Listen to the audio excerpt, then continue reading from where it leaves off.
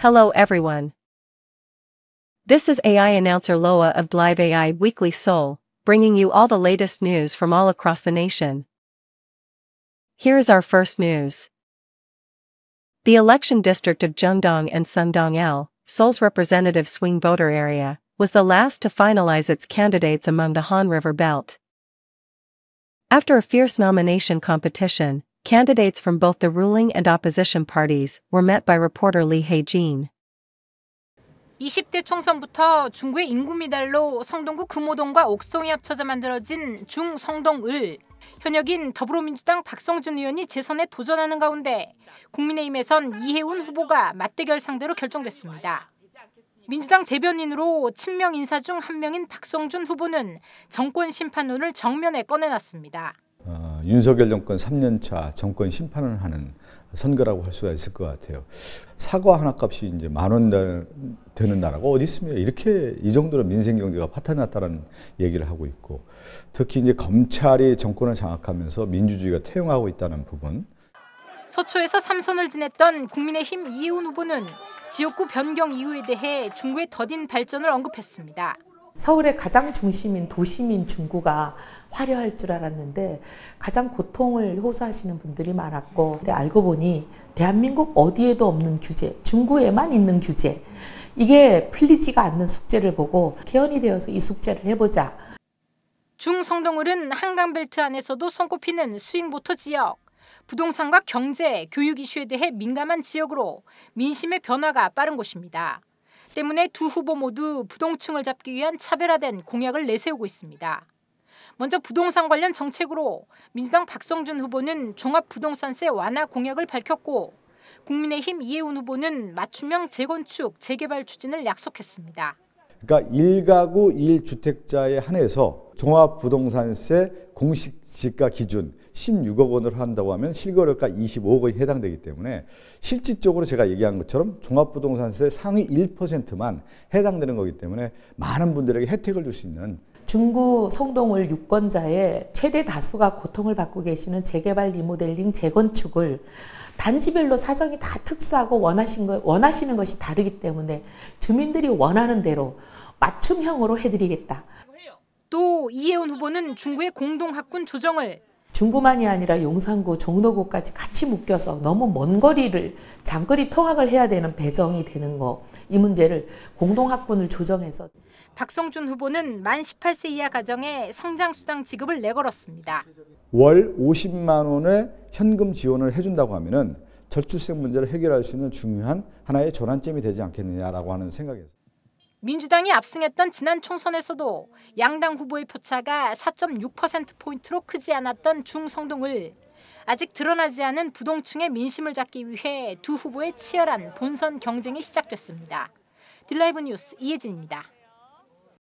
The participation of local governments in Gyeonggi Province in the climate card continues. This time, Goyang, a city with a population of 1 million in northern Gyeonggi Province, has confirmed its participation by signing a cooperation agreement. This is reporter Lee Sang-bum.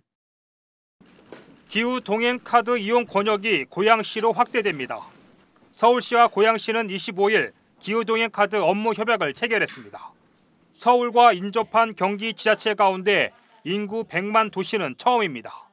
고양 시민들의 교통 편의가 혁신적으로 증가될 것입니다. 서울시는 앞으로도 참여를 원하는 지자체들과 적극 소통하면서 더 많은 서울시민 그리고 경기도민들이 오늘과 같은 협력의 성과를 조속히 체감하실 수 있도록. 이번 협약의 핵심은 철도 교통입니다. 현재 기후동행 카드는 고양시 권역에서 서울 버스에 한해 사용 가능할 뿐 지하철 등 철도에서는 불가능한 상황입니다. 하지만 앞으로는 철도 교통에서도 사용 가능할 전망입니다. 대상 구간은 3호선과 경의중앙선, 서해선으로 역사는 총 26개입니다. 이동환 고양시장은 이번 협약을 통해 고양시민 약 15만 명이 혜택을 누릴 것으로 내다봤습니다. 그래서 그 부분의 어떤 특성, 그리고 또 기후동행 카드가 갖고 있는 또 특성, 이런 부분들을 앞으로 향후에 이걸 이용하는 과정에서 이걸 이제 보완하고 연계할 수 있는 것까지도 고민을 같이 하면서 진행할 예정입니다.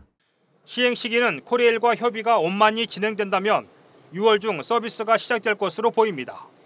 한편 지금까지 기후동행 카드 참여 업무 협약을 맺은 지자체는 고양시까지 총 5곳입니다. 딜라이브 뉴스 이상보입니다. Sungbukgu's first cultural arts education space, the Sungbuk Cultural Arts Education Center, has opened in Jangidong. It is planned to provide high-quality cultural arts content, including music and art exhibitions. The reporter Park Sunhwa visited the opening ceremony. 성북구 최초의 문화예술 교육 공간이 장이동에 마련됐습니다.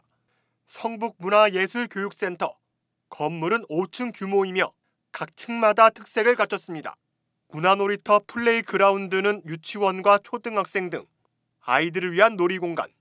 눈치 보지 않고 마음껏 뛰놀 수 있습니다.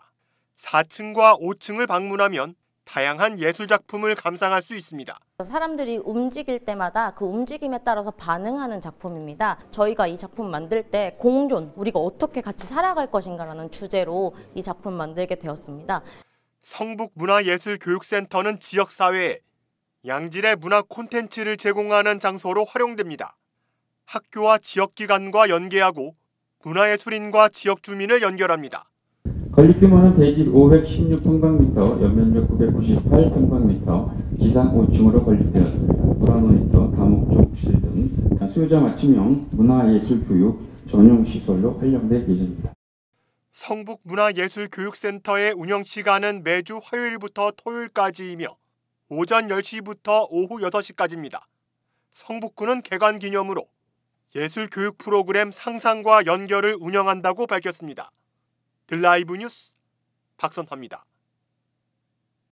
Sungbukgu is gearing up for spring by planting spring flowers. The district announced that it will plant around 40,000 tulips, azaleas, and other representative spring flowers throughout the area for a month starting from March. Landscaping activities such as planting spring flowers and trees will be carried out in places with high pedestrian traffic. Additionally, a tree planting event is scheduled to take place near the Bukak Golf Practice Range on the 27th at 10 a.m. That is everything for today.